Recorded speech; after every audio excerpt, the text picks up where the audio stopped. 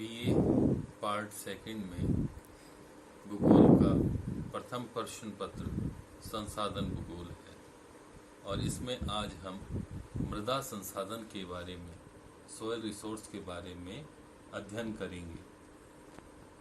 मृदा कहते किसको है?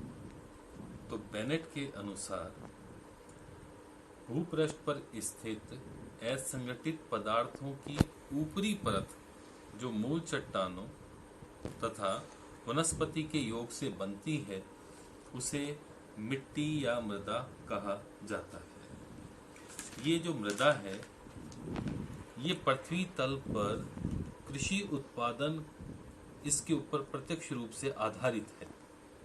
ऐसे ही पशुपालन तथा वन उद्योग भी अप्रत्यक्ष रूप से मिट्टी पर ही आधारित होता है।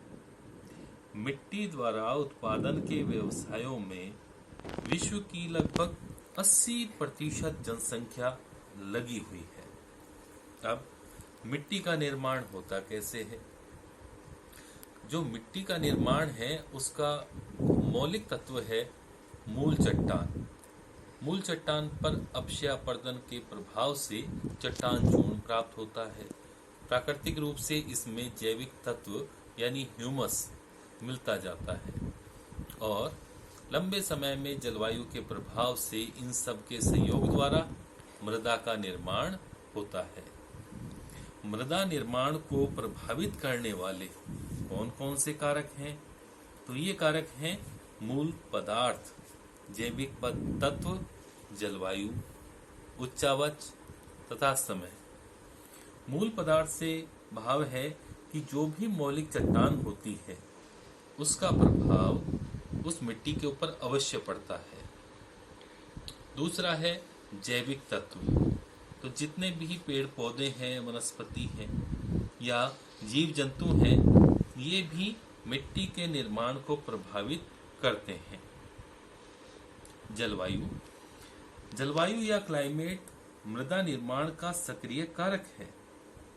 जलवायु के प्रमुख तत्व जो मिट्टी निर्माण को प्रभावित करते हैं उनमें तापमान तथा वर्षा सबसे महत्वपूर्ण है। धरातल पर पाए जाने वाली मृदाओं में विभिन्नता का प्रमुख कारण जलवायु होता है।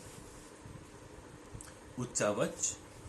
पृथ्वी की धरातलीय तलरूपता को, विभिन्नता को उच्चावच कहते हैं और यह जल एवं तापमान के सहयोग से मिट्टी निर्माण को प्रभावित करता है। धरातल का ढाल मृदा निर्माण को प्रत्यक्ष अप्रत्यक्ष रूप से प्रभावित करता है क्योंकि तीव्र ढाल वाले क्षेत्रों में कम गहरी तथा कम ढाल वाले भागों में अधिक गहराई वाली मृदाएं मिलती हैं। अगला है समय या टाइम। प्रकृति के अंदर विभिन्न रूपों में या स्वरूपों में मृदा भी समय के साथ में विकसित होती है। इस तरह से ये सभी तत्व मृदा निर्माण को प्रभावित करते हैं। अब है मिट्टी के कौन कौन से गुण हैं जो भौतिक गुण है। ये है मिट्टी का गठन या मिट्टी के जो कणों का आकार है। बड़े कण बजरी, रेत के रूप में दिखाई देते हैं और बारीक और मध्यम और बारीक कण ये सिल्ट तथा क्ले या चीका के रूप में होते हैं। मिट्टी के जो संरचना है, कणों की संरचना, ये इनके आपस में जुड़े रहने या सटे रहने के क्रम को कहते हैं। तापक्रम। मिट्टी के रंग का संबंध तापमान से भी होता है। धूप के अलग अलग प्रकार की मिट्टियों के प्रकार का व्यवहार अलग अलग होता है। कुछ मिट्टियां समय के साथ में अलग अलग तापमान को अवशोषित और विकिरित करती हैं। रंग के रूप में मिट्टी का रंग ह्यूमस तथा लोहे के यौगिकों की मात्रा पर निर्भर होता है। जैसे लाल रंग, पीले रंग की मिट्टियां, काली या भूरी मिट्टियां। गहराई। मिट्टियों की गहराई कुछ सेंटीमीटर से 10-12 सेंटीमीटर तक गहरी हो सकती है। इसके बाद में है प्रवेश्यता।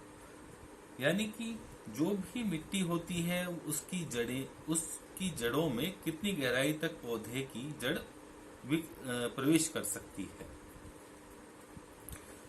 मिट्टियों में जो रंध्रता पाई जाती है, पोरोसिटी पाई जाती है, यानी कि उसमें छोटे छोटे असंख्य छिद्र होते हैं जिनमें की हवा और जल भरा होता है, ये उस वनस्पति और बीजों के अंकुरण के लिए बहुत आवश्यक होती है। आर्द्रता, मिट्टी के कणों के बीच में कुछ न कुछ नमी जरूर होती है, आर्द्रता कहलाती है। इस तरह से ये सभी कहलाते हैं मिट्टी के भौतिक गुण। अब है मृदा के रासायनिक गुण।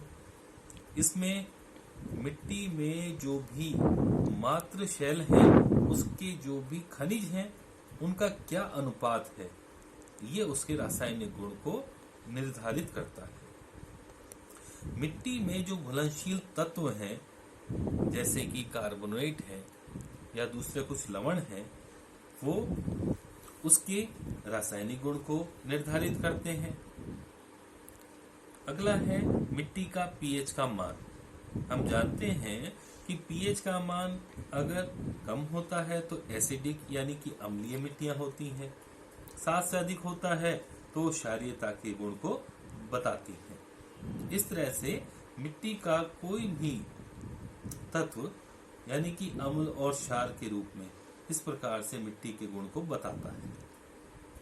इसके बाद में है कार्बनिक पदार्थ, यानी मृदा में उपस्थित कार्बनिक पदार्थ उर्वरता को प्रभावित करती है। इस तरह से ये सभी तत्व मिट्टी के आवश्यक जानकारियां हमें देते हैं। धन्यवाद।